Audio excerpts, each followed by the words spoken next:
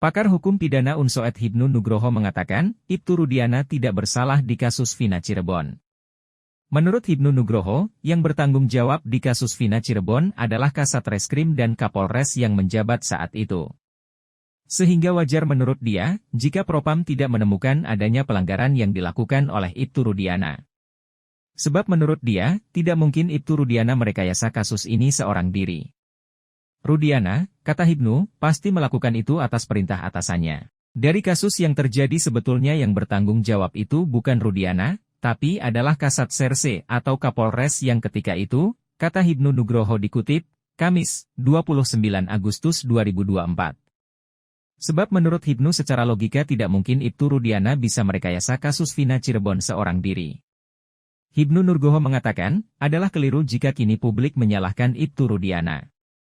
Sekarang publik seolah-olah Rudiana, itu keliru menurut saya, ujarnya.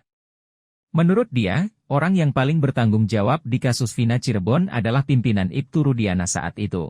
Adalah siapa Satreskrimnya saat itu, siapa Kapolresnya saat itu, tandas kata Hibnu lagi. Maka menurut dia, tak heran jika hasil pemeriksaan Propam menunjukkan kalau Ibtu Rudiana tidak melakukan pelanggaran. Karena sebagai polisi dia harus menangani, dia harus melaporkan. Polisi itu siapapun pangkatnya, mau barada, tukang simpun, ketika ada kejahatan harus melapor pada pimpinannya, jelasnya lagi.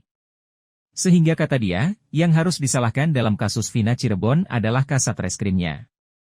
Harusnya yang dijadikan objek adalah Satreskrim ketika itu siapa, ungkapnya. Sebab ia menilai kalau dalam polisi ada pertanggungjawaban komando dan pertanggungjawaban struktural.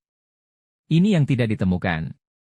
Gak mungkin anak buah bertindak tanpa adanya suatu perintah, kata dia. Download Tribun X sekarang. Menghadirkan lokal menjadi Indonesia.